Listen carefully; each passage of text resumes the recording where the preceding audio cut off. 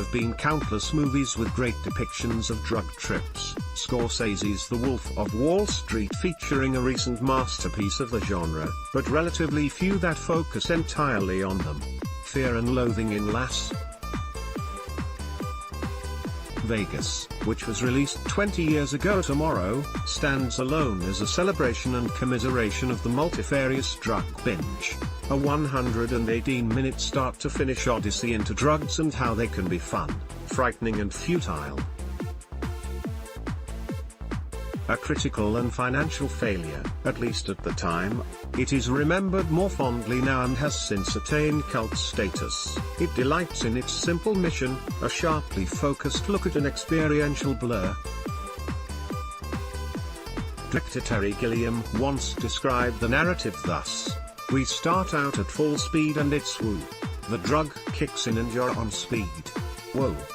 You get the buzz, it's crazy, it's outrageous. The carpet's moving and everybody's laughing and having a great time. But then, ever so slowly, the walls start closing in and it's like you're never going to get out of this fucking place. It's an ugly nightmare and there's no escape." When principal photography started, there was no firm budget in place and the production was subject to all sorts of chaos, according to Gilliam, operating as though one leg was shorter than the other. Casinos were more strict on filming than expected. Only 7 or 8 animatronic reptiles turned up instead of the 25 ordered, and budget constraints meant that returning Vegas to the 1970s period required rear-projecting footage from an old ABC television show called Vegas Behind the Actors. At one point, the crew ran out of time and had to shoot a day scene in the desert at night. There were some dailies of the footage that were really funny, sometimes the takes would go on a bit too long, and the special effects guys would cut off the fuller's earth. Dust used to diffuse light, causing the scene to suddenly go from full sun to complete blackness. But, in spite of the uneven production, last-minute script rewrites and a litany of quibbles from the studio, Gilliam managed to get off the ground what Martin Scorsese and Oliver Stone had failed to before him: an unapologetic film adaptation of Hunter S. Thompson's mind-bending book. Credit for the ramshackle operation also goes to Johnny Depp, who went above and beyond with his preparation, moving into the basement of Thompson's ranch in order to study his habits and mannerisms. Depp went through the author's notebook from the real-life trip Fear and Loathing in Las Vegas was based on. Not only is the book true, but there's more and it was worse, Depp said, drove around town in his infamous fire apple red Chevrolet Caprice convertible known as the Great Red Shark, and had Thompson shave his head in line with the writer's male pattern baldness.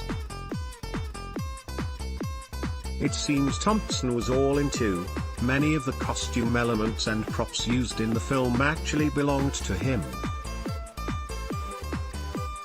If Depp's performance was one pillar on which the film would live or die, the other would be the cinematic quality of the chemical indulgences. Here, director of photography Nicola Piccorini avoided the common trap of going too surreal.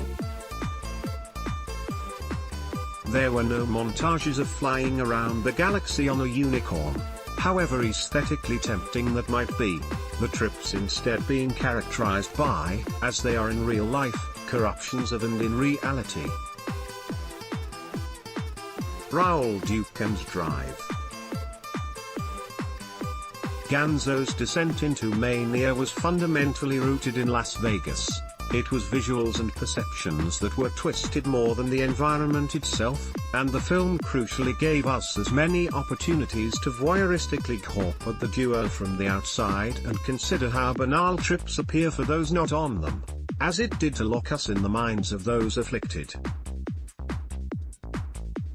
That said, there were still many bizarre visuals that harnessed lighting, camera control, CGI, animatronics and countless other elements, and that's not to mention the erratic editing. Here are 5 of the drugs taken in the film, their most notable effects, and how Pecorini briefly outlined the cinematic qualities of each to American cinematographer in May 1998. We've reached out to Pecorini for some elaboration. Diethyl ether, similar effects to those of alcohol but more potent, distorted thinking, euphoria, visual/auditory hallucinations at higher doses, loose depth of field, everything becomes non-defined adrenochrome, thought disorder, derealization, euphoria, everything gets narrow and claustrophobic, move closer with lens mescaline, similar to those of LSD and psilocybin but with an emphasis on intense color perception. Visual patterns, synesthesia, an altered sense of time and self, and, uniquely to mescaline, a geometricization/cubism of three-dimensional objects, may be experienced. Colors melt into each other, flares with no sources, play with color temperatures, amyl nitrite, head rush, dizziness, muscle relaxation, sensation of heat, perception of light. Get very uneven, light levels increase and decrease during the shots. LSD, hallucinations, mood heightening, speeding up or slowing down of time and movements, distortion of color, sound and objects, expanded consciousness, everything extremely wide, hallucinations via morphs, special effects, shapes, colors and sound reuse content.